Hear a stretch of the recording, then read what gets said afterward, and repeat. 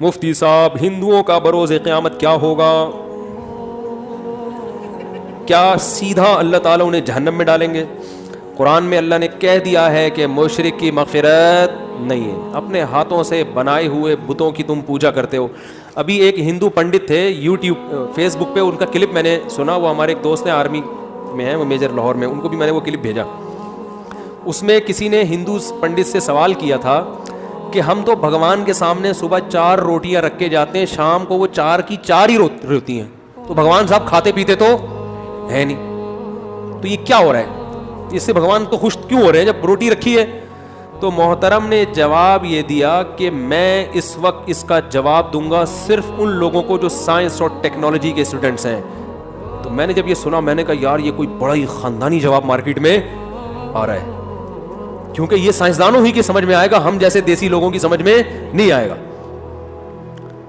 تو میں نے فوراً اس فیس بک کے اس کو میں نے کہا یار دیکھو یار کوئی نئی ریسرچ آئی ہے.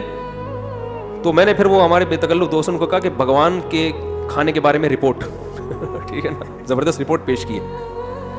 تو اس میں ارشاد یہ فرمایا کہ یہ جو سائنس اور ٹیکنالوجی کے جو طالب علم, صرف ان سے بار بار 2-3 دفعہ یہ الفاظ دہرائے, تو ہم نے کہا کہ بہت ہی زبردست مسئلہ حل کیا ہوگا.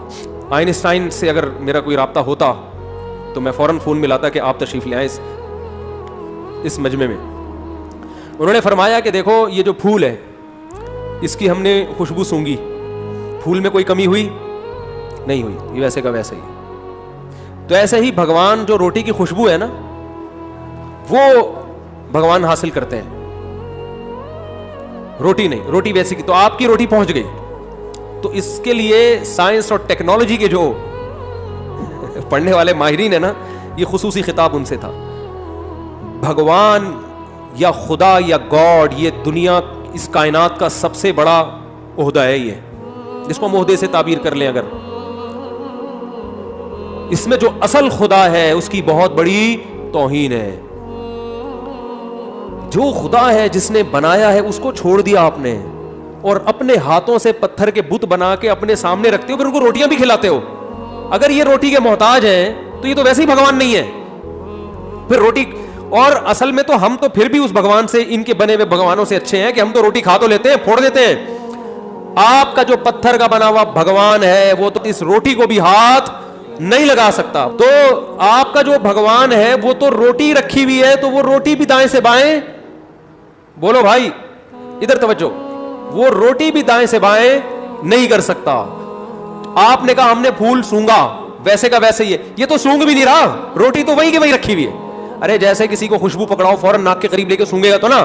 آپ کا بھگوان اتنی بھی طاقت نہیں ہے کہ اتنی عقیدت محبت میں خون پسینے کی کمائی سے روٹی لا کے رکھ دی تو اٹھا کے کم از کم سونگ کے ہی واپس کر دو. تو میرے بھائی اس پہ غضب کس کو آتا ہے؟ جس نے بنایا اس کو بھول گئے اور انہی پتھر کے بنائے ہوئے کو اس کے ساتھ شریک کر دیا. تو اس لیے اللہ نے فرمایا ہے کہ اللہ مشرک کی مغفرت نہیں کرے گا. اللہ چاہتا ہے میرے بندے مجھ سے محبت کریں, جو حقیقی معبود ہے. شکر ادا کیا کرو, اللہ نے مسلمان بنایا ہے, اللہ کے سامنے جھکتے ہیں.